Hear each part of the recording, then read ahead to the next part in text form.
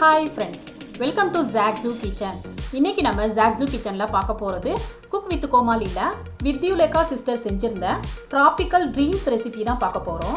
இந்த ரெசிபில இளநீர், தேங்காய் பால், அகர் இதெல்லாம் சேர்த்து ஒரு புட்டிங்கா செய்யறப்போ இதோட டேஸ்ட் வந்து ஃபேண்டாஸ்டிக்கா இருந்தது.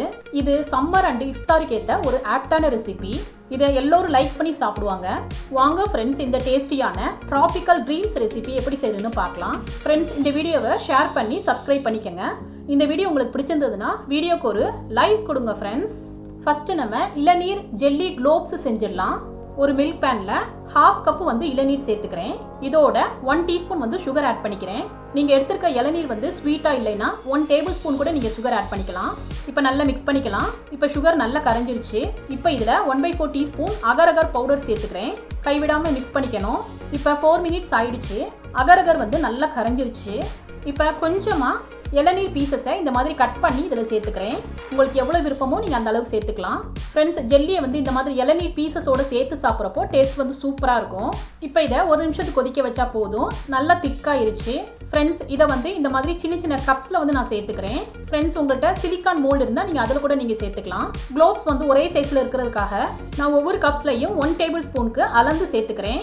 இப்போ இதை ஃப்ரிட்ஜில் வந்து 10 மினிட்ஸ் வச்சு செட் பண்ணி எடுத்துடலாம்.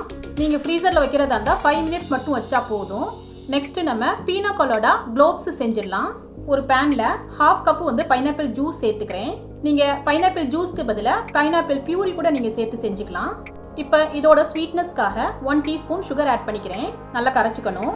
இப்போ இதில் அகர் பவுடர் 1/2 டீஸ்பூன் சேர்த்துக்கிறேன். அகர் பவுடர் வந்து ரொம்ப சேர்த்தோம்னா குளோப்ஸ் வந்து கல் மாதிரி ஆயிரும். அதனால 1/2 டீஸ்பூன் சேர்த்தா போதும்.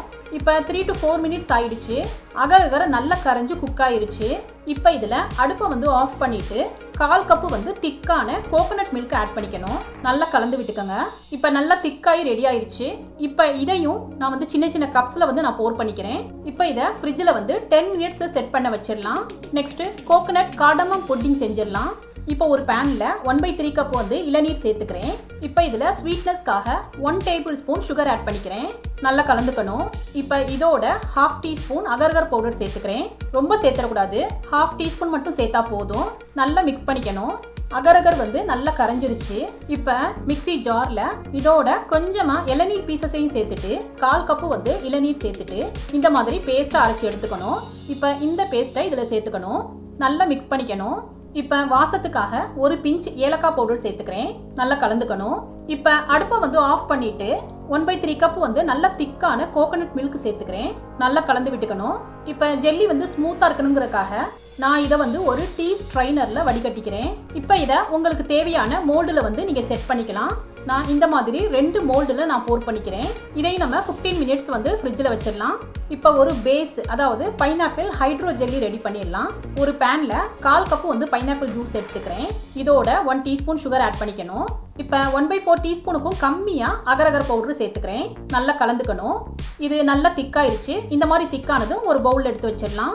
நெக்ஸ்ட் கார்னிஷிங்காக 1 டீஸ்பூன் கீழ வந்து இளநீர் பீசஸை சேர்த்துக்கிறேன். இது நல்லா கோல்டன் ப்ரௌனாக ஃப்ரை பண்ணிக்கணும். இது ஃப்ரை ஆயிடுச்சு. இதை ஒரு பவுலுக்கு மாற்றி வச்சுக்கிறேன். இப்போ எல்லா ஜெல்லிஸையுமே டீமோல்ட் பண்ணிக்கலாம். ஒரு நைஃபை வச்சுட்டு இந்த மாதிரி சைட்ஸ் எடுத்து விட்டாலே ஈஸியாக டீமோல்ட் ஆயிரும். பாருங்க ஃப்ரெண்ட்ஸ், இளநீர் ஜெல்லி வந்து ரெடி ஆயிடுச்சு. இளநீர் பீசஸோட பார்க்கவே சூப்பராக இருக்கு. அதே மாதிரி பீனாகொலாடா குளோப்ஸையும் டிமோல்ட் பண்ணிக்கலாம். நெக்ஸ்ட் நம்ம மெயினான கோகோனட் கார்டமம் புட்டிங்கையும் டிமோல்ட் பண்ணிக்கலாம்.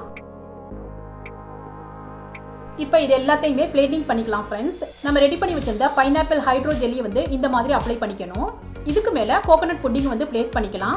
இதுக்கு சைட்ஸில் நம்மளோட ஆல்டர்னேட்டா 2 குளோப்ஸையும் நான் இந்த மாதிரி பிளேஸ் பண்ணிக்கிறேன். ஃப்ரை பண்ணி வச்சிருந்த கோகோனட் பீசஸை வந்து பிளேஸ் பண்ணிக்கலாம். அவ்வளோதான் ஃப்ரெண்ட்ஸ், நம்மளோட ட்ராபிக்கல் ட்ரீம்ஸ் வந்து சூப்பராக ரெடி ஆயிடுச்சு. இது பார்க்கறதுக்கு அப்படைசிங்காக இருக்கிறதோட இதோட டேஸ்ட் வந்து ஃபண்டாஸ்டிக்காக இருந்தது. கண்டிப்பாக ஒரு தடவை ட்ரை பண்ணி பாருங்க ஃப்ரெண்ட்ஸ். இந்த ட்ராபிக்கல் ட்ரீம்ஸ் ரெசிபி உங்களுக்கு பிடிச்சிருந்ததுன்னா நீங்கள் ட்ரை பண்ணி உங்கள் எக்ஸ்பீரியன்ஸை கமெண்ட்ல ஷேர் பண்ணுங்க. சுவையான சமையல், சுகமான வாழ்வு. தேங்க்யூ.